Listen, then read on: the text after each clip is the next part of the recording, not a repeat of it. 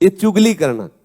कुछ ऐसे महापुरुष जन हैं कि जिनको बड़ा आनंद आता है, कभी कभी ऐसा अवसर मिला तब लगता है कितनी रुचि से किसी की निंदा की जाती है, कितनी रुचि से बात की जाती है, और बार बार उनको हटा के भगवत वार्ता कर, चुप रहो सुनो, वो ऐसा उनको इतना सुख मिलता है मानो उनको चक्रवर्ती सम्राट पद पे अभिषेक मिल जाएगा इस बात से। देखो, अपने परमार्थ मार्ग के साधक हैं, अपनी कोई निंदा करे तो उसकी भी हमें निंदा नहीं करनी, उसके द्वारा जो हृदय में जलन होती चुपचाप सह लेना है, पर किसी की निंदा नहीं करना। कोशिश करो किसी और की निंदा आपको सुनने को ना मिले, कोशिश करो आपको अपनी निंदा सुनने को मिले। कोई निंदा कर रहा है तो आप कान को कहो सुनो, क्योंकि अब जलेगा हृदय ना, और जब हृदय जलेगा तो फिर सही हो जाएगा। अगर अपनी निंदा हो रही तो कान में अंगुली मत डालना, जरूर सुनना, लेकिन जब किसी की निंदा होने लगे तो कान में अंगुली डाल लेना। जब अपनी प्रशंसा होने लगे तो कान में अंगुली डाल लेना, जब दूसरे की प्रशंसा हो रही तो अंगुली हटा लेना, तो अंदर तुम्हें पता चलेगा कि क्या है तुम्हारी स्थिति। दूसरे की प्रशंसा सुनकर आनंदित होना, यह हमारे साधुता के मार्ग में लाभदायक है। अपनी प्रशंसा सुन करके हृदय में सकुचाहट आ जाना, मैं अधम, ये कैसा, यह है परमार्थ का स्वरूप। अपनी निंदा सुन करके आनंदित होला, देखो प्रभु ये ठीक कह रहे, ऐसा ही मैं हूं। दूसरे की निंदा जब बात हो तो कान में अंगुली डाल लो, नहीं नहीं हमें नहीं सुनना। बोलना तो है ही नहीं किसी के विषय में, पर चर्चा ही हमें दोष से युक्त कर देती है। भगवत चर्चा छूटी, जहां किसी की चर्चा तहां कोई न कोई अपराध बन जाएगा, वाणी का अपराध बन जाएगा, हम निंदा कर बैठेंगे। ये दूसरे की बातें देखी सुनी चुगली करना है, बिल्कुल ठीक नहीं है।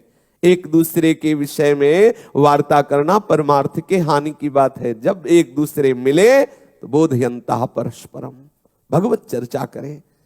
श्री स्वामिनी जी के रूप गुण का, उनकी लीला का, उनके हास परिहास का वर्णन करके हम अपने मन को निर्मल करें, आह्लादित करें। ये चुगली करना ठीक नहीं है।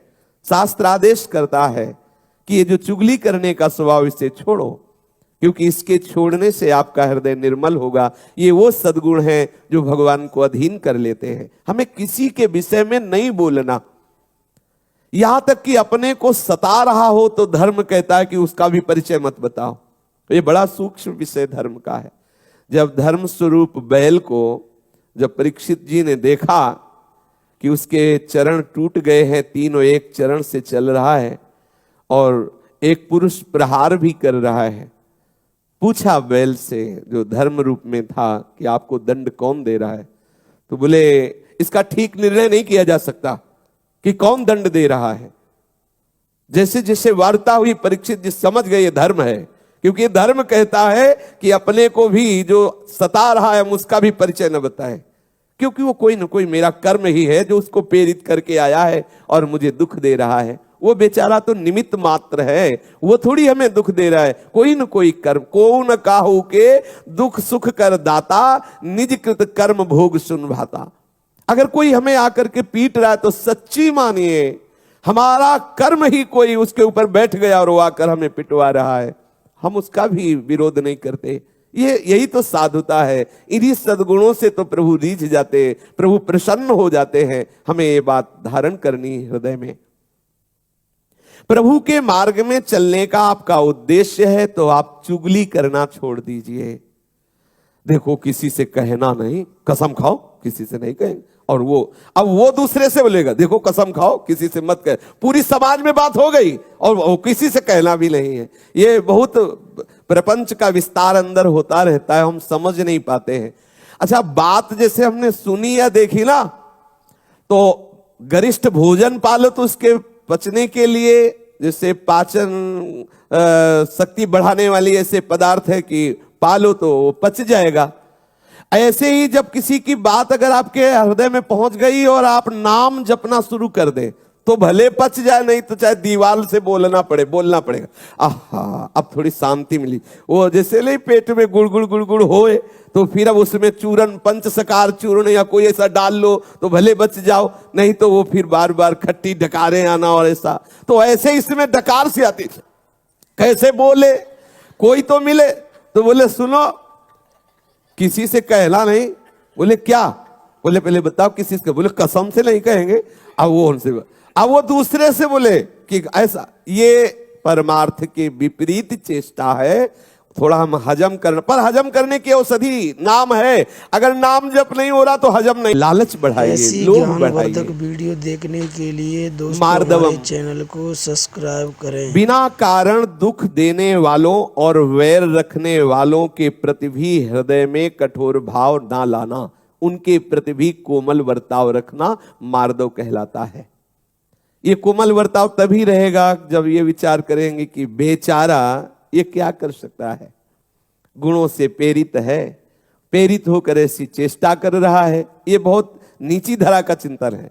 ये बेचारा जो हमें गाली दे रहा है, निंदा कर रहा है, मारा गया है, माया के द्वारा इसकी बुद्धि हरण कर ली गई है, इसलिए ऐसा कर रहा है। ये बहुत नीची धरा का। उत्तम धरा का है कि मेरे प्रीतम ही इस रूप में, इसलिए कोमलता बनी रहेगी। दो विचार, यदि आप प्रीतम भाव नहीं रख पा रहे तो बेचारा है। वो बातुल भूत विवश मतवारे ते नहीं, बोले ही वचन विचारे, है ही नहीं उनके अंदर ज्ञान, विवेक ही नहीं कोई विचार के बोल सके। इसलिए जैसे छोटा बच्चा है, अपने को गाली देने लगे, कुछ ऐसा प्रतिकूल करने लगे तो हमारे अंदर तत्काल भाव आता है कि बच्चा है, तत्काल भाव आता है। तो ये सब बच्चे हैं।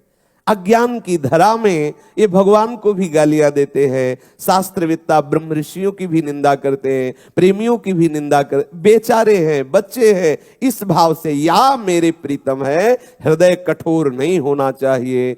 मार्दवम रूपी सद्गुण, कोमलता बनी रहे। जैसे अपना बच्चा अपने साथ कठोर व्यवहार करे तो हम क्या करते हैं, दुलार ही करते हैं, बच्चा है। जैसे अपने किसी अंग से अपने को चोट लग जाए तो हम क्या करते हैं, हमारी ही गलती से हमें लग गया, तो ऐसे हम सोचते हैं हमारी कोई गलती रही होगी पूर्व में, उसका परिणाम इसके द्वारा दिया जा रहा है। इसलिए हम कठोर हृदय ना हो, हमारा हृदय सदैव कोमल बना रहे। उपासक को हृदय में सबके प्रति कोमलता का भाव रखना आवश्यक है। कोई भी कठोर बर्ताव हमारा नहीं होना चाहिए। कोमलता जब आपके हृदय में रहेगी तो प्रिया प्रीतम आके विराजमान हो जाएंगे। ध्यान रखना, हृदय को कोमल बनाना है। कोमल हृदय सरस होता है, सरस कोमल हृदय में ही प्रिया प्रीतम विराजते हैं, कठोर हृदय नहीं। सब महापुरुष एक स्वर में आदेश करते हैं यही, कबहू कठोर न होई, कोमल चित सब सो मिले, कबहू कठोर न होई। सबसे कोमल व्यवहार, कोमल भावनाएं, हमारे अंदर कठोरता स्पर्श न करे, क्योंकि मुझे संभालना, मेरे हृदय में प्रिया प्रीतम आने वाले हैं। रसिक शेखर नौ किशोरी किशोर सुकुमारता की रास जुगल सरकार पधारने वाले हैं। जैसे हम लीप पोत के आंगन और सुंदर आसन की रचना करते हैं, भाई गुरुदेव पधार रहे हैं, कोई महापुरुष पधार रहे हैं। अगर थोड़ा भी कूड़ा आने की संभावना होती है तो हम उसे रोकने की चेष्टा करते हैं कि यहाँ गंदा ना होने पावे। ऐसे ही हमारा हृदय अब प्रिया प्रीतम के लिए, प्रिया प्रीतम पधारेंगे। हम अपने हृदय को कोमल रखें, क्योंकि इतने सुकुमार प्रिया प्रीतम विराजेंगे। कठोर हृदय ना होने पावे, ये किसी के प्रति ना होने पावे, क्योंकि हम बर्ताव किसी के प्रति कठोर करेंगे तो हमारा हृदय कठोर होगा ना। कठोर हृदय में हमारे सुकुमारी किशोरी किशोर थोड़ी आएंगे। इसलिए हमें हृदय एकदम द्रवित रखना है, कोमल रखना है, सरल स्वभाव रखना है। कठोरता हृदय में आने न पावे, सावधानी रखनी है। शास्त्र और लोक मर्यादा के विरुद्ध काम करने पर जो एक लज्जा होती है, एक संकोच होता है, उसे ह्री कहते हैं। ये आपको अशुभ आचरणों से बचाएगी। अगर हम ऐसा करेंगे तो हम साधक हैं, हम उपासक हैं। क्या होगा, शास्त्र विरुद्ध आचरण, लोक में निंदा, नहीं, ऐसा नहीं होना चाहिए। मेरे द्वारा ये नहीं होना। मैं ये नहीं खा सकता क्योंकि साधक हूं, मैं ये नहीं देख सकता क्योंकि साधक हूं, मैं ये ऐसा आचरण नहीं कर सकता, साधक हूं, उपासक हूं। ये लज्जा होना, ये संकोच होना, ऐसा विचार होना ना, ये विरुद्ध आचरण नहीं करो, समाज क्या कहेगी, ये विचार आना। ऐसा प्रभु को क्या सोचेंगे, देखो मेरा शरणागत है, क्या कर रहा है, नहीं मुझे ऐसा नहीं करना। लज्जा होना, ये ह्री सद्गुण है।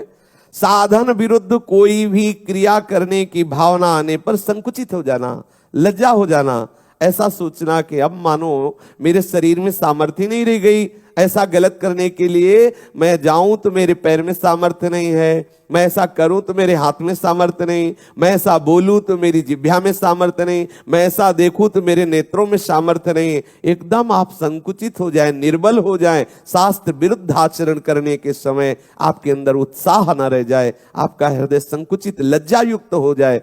ये ह्री रूपी सद्गुण है, ये भगवत कृपा से उपासकों के हृदय में जागृत होता है।